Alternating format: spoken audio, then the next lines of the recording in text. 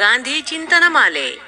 ಪ್ರಸ್ತುತಪಡಿಸುವವರು ಸತೀಶ್ ಶೆಟ್ಟಿಗಾರ್ ಜಪ್ತಿ. ಜೋಹಾನ್ಸ್ಬರ್ಗ್ನಲ್ಲಿದ್ದಾಗ ಒಮ್ಮೆ ಗಾಂಧೀಜಿಗೆ ಮಲಬದ್ಧತೆ ಮತ್ತು ತಲೆನೋವಿನಿಂದ ತೀವ್ರ ಸಮಸ್ಯೆಯಾಗಿತ್ತು. ಇದೇ ಸಮಯದಲ್ಲಿ ಮ್ಯಾಂಚೆಸ್ಟರ್ನಲ್ಲಿ ನೋ ಬ್ರೇಕ್ಫಾಸ್ಟ್ ಅಸೋಸಿಯೇಷನ್ ಸ್ಥಾಪನೆಯಾದ ವಿಚಾರವನ್ನು ಗಾಂಧೀಜಿ ಓದಿ ತಿಳಿದರು. ಇಂಗ್ಲಿಷ್ನವರು ತುಂಬ ತಿನ್ನುತ್ತಾರೆ, ಅರ್ಧ ರಾತ್ರಿಯವರೆಗೂ ತಿನ್ನುತ್ತಲೇ ಇರುತ್ತಾರೆ. ಈ ಪರಿಸ್ಥಿತಿ ಉತ್ತಮವಾಗಬೇಕಾದರೆ ಅವರು ಬೆಳಗಿನ ಉಪಹಾರವನ್ನಾದರೂ ಬಿಡಬೇಕು ಎಂಬುದು ಈ ಸಂಘದ ಸ್ಥಾಪಕರ ವಾದ ಸರಣಿ. ಗಾಂಧೀಜಿಯವರು ಮಿತಾಹಾರಿಯಾಗಿರಲಿಲ್ಲ. ದಿನನಿತ್ಯ 3 ಸಲ ಹೊಟ್ಟೆ ತುಂಬ ಊಟ ಜೊತೆಗೆ ಮಧ್ಯಾಹ್ನದ ಟೀ ತೆಗೆದುಕೊಳ್ಳುತ್ತಿದ್ದರು. ಸಾಂಬಾರವಿಲ್ಲದ ಶಾಕಾಹಾರ ಸಂಬಂಧವಾದ ಸಾಧ್ಯವಾದಷ್ಟು ಆಹಾರಗಳನ್ನು ಅವರು ಸೇವಿಸುತ್ತಿದ್ದರು. ಹೀಗಾಗಿ ಕೆಲವು ಅಂಶಗಳಲ್ಲಿ ಈ ವಾದ ತನಗೂ ಅನ್ವಯಿಸುವುದೆಂದು ಭಾವಿಸಿದ ಅವರು ತಾನು ಬೆಳಗಿನ ಉಪಹಾರವನ್ನು ತ್ಯಜಿಸಿದರೆ ತನಗಿರುವ ತಲೆನೋವು ವಾಸಿಯಾಗಬಹುದೆಂದು ತರ್ಕಿಸಿ ಈ ಪ್ರಯೋಗಕ್ಕೆ ಮುಂದಾದರು. ಪರಿಣಾಮ ಅವರ ತಲೆನೋವು ಸಂಪೂರ್ಣ ವಾಸಿಯಾಯಿತು. ಇದರಿಂದ ಗಾಂಧೀಜಿಗೆ ತಾನು ಅವಶ್ಯಕತೆಗಿಂತ ಹೆಚ್ಚಾಗಿ ತಿನ್ನುತ್ತಿದ್ದೇನೆಂಬುದು ಅರ್ಥವಾಯಿತು. ಆದರೆ ಅವರಿಗಿದ್ದ ಮಲಬದ್ಧತೆ ನಿವಾರಣೆಯಾಗಲಿಲ್ಲ. ಆಗ ಗಾಂಧೀಜಿ ಕೂನೇರವರ ಕಟಿಸ್ನಾನ ಪದ್ಧತಿಯನ್ನು ಅನುಸರಿಸಿದರು. ಇದರಿಂದ ಅವರಿಗೆ ಸ್ವಲ್ಪ ಉತ್ತಮವೆನಿಸಿದರೂ ಪೂರ್ಣ ಗುಣವಾಗಲಿಲ್ಲ. ಇದೇ ವೇಳೆ ಅವರಿಗೆ ಜಸ್ಟ್ ಎಂಬುವರು ಬರೆದಿದ್ದ ಪ್ರಕೃತಿಗೆ ಹಿಂದಿರುಗಿ ಎಂಬ ಪುಸ್ತಕ ದೊರಕಿತು. ಆ ಪುಸ್ತಕದಲ್ಲಿ ಮಣ್ಣಿನ ಚಿಕಿತ್ಸೆ ಕುರಿತು ಪ್ರಸ್ತಾಪಿಸಲಾಗಿತ್ತು. ಜೊತೆಗೆ ಮಾಗಿದ ಹಣ್ಣುಗಳು, ನೆಲಗಡಲೆ ಮತ್ತು ಬಾದಾಮಿ ಮನುಷ್ಯನ ಸ್ವಾಭಾವಿಕ ಆಹಾರ ಎಂದು ಹೇಳಲಾಗಿತ್ತು. ಗಾಂಧೀಜಿಯವರಿಗೆ ಹಣ್ಣಿನ ಸೇವನೆಗಿಂತ ಮಣ್ಣಿನ ಪ್ರಯೋಗವೇ ಹೆಚ್ಚು ಆಪ್ತವೆನಿಸಿತು.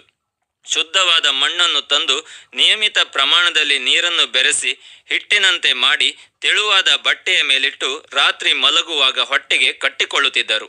ಇದು ಅವರ ಮಲಬದ್ಧತೆಯ ಸಮಸ್ಯೆಗೆ ರಾಮಬಾಣವಾಯಿತು. ಆ ಬಳಿಕ ಅವರು ತಮ್ಮ ಸ್ನೇಹಿತರಿಗೂ ಸಹೋದ್ಯೋಗಿಗಳಿಗೂ ನೆರೆಹೊರೆಯವರಿಗೂ ಹೇಳಿ ಈ ಉಪಚಾರವನ್ನು ಮಾಡಿಸಿ ಯಶಸ್ವಿಯಾದರು. ತನಗೆ 2 ಬಾರಿ ತೀವ್ರ ಕಾಯಿಲೆಯಾಗಿದ್ದರೂ ಸಂಯಮವನ್ನು ಕಳೆದುಕೊಳ್ಳದ ಗಾಂಧೀಜಿ ಹೀಗೆ ಹೇಳುತ್ತಾರೆ: ಎಷ್ಟೇ ತೀವ್ರತರವಾದ ಕಾಯಿಲೆ ಇದ್ದರೂ ಮನುಷ್ಯ ಔಷಧಿ ತೆಗೆದುಕೊಳ್ಳುವ ಅವಶ್ಯಕತೆ ಅಷ್ಟಾಗಿ ಇಲ್ಲ. ನಿಯಮಿತವಾದ ಆಹಾರ, ನೀರು, ಮಣ್ಣಿನ ಚಿಕಿತ್ಸೆ ಮತ್ತು ಮನೆಯಲ್ಲೇ ಸಿದ್ಧಪಡಿಸುವ ಸರಳ ಔಷಧಗಳಿಂದ 1999 ಕಾಯಿಲೆಗಳನ್ನು ಗುಣಪಡಿಸಬಹುದು.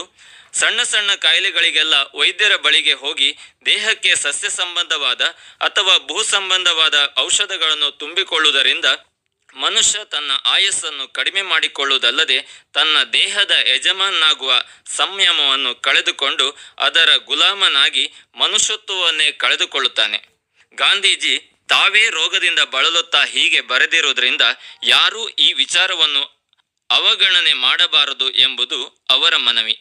ಗಾಂಧೀಜಿಯವರಿಗೆ ತನ್ನ ಕಾಯಿಲೆಗೆ ತಾನೇ ಕಾರಣವೆಂಬುದು ಗೊತ್ತಿತ್ತು.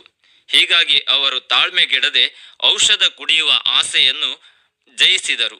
ಮಹಾತ್ಮನ ಈ ತತ್ವಾದರ್ಶವನ್ನು ಚಾಚೂ ತಪ್ಪದೆ ಪಾಲಿಸಿದರೆ ನಾವು ಕೂಡ ಹಿತಮಿತವಾದ ನಿಯಮಿತ ಆಹಾರ ಪದ್ಧತಿಯನ್ನು ಅನುಸರಿಸಿದರೆ ವೈದ್ಯರಿಂದ ಪೂರ್ಣವಾಗಿ ದೂರವಿರಬಹುದು.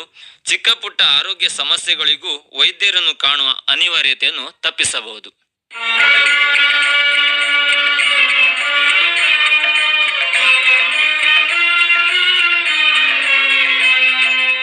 ಇದುವರೆಗೆ ಗಾಂಧಿ ಚಿಂತನ ಮಾಲೆ ಕೇಳಿದಿರಿ.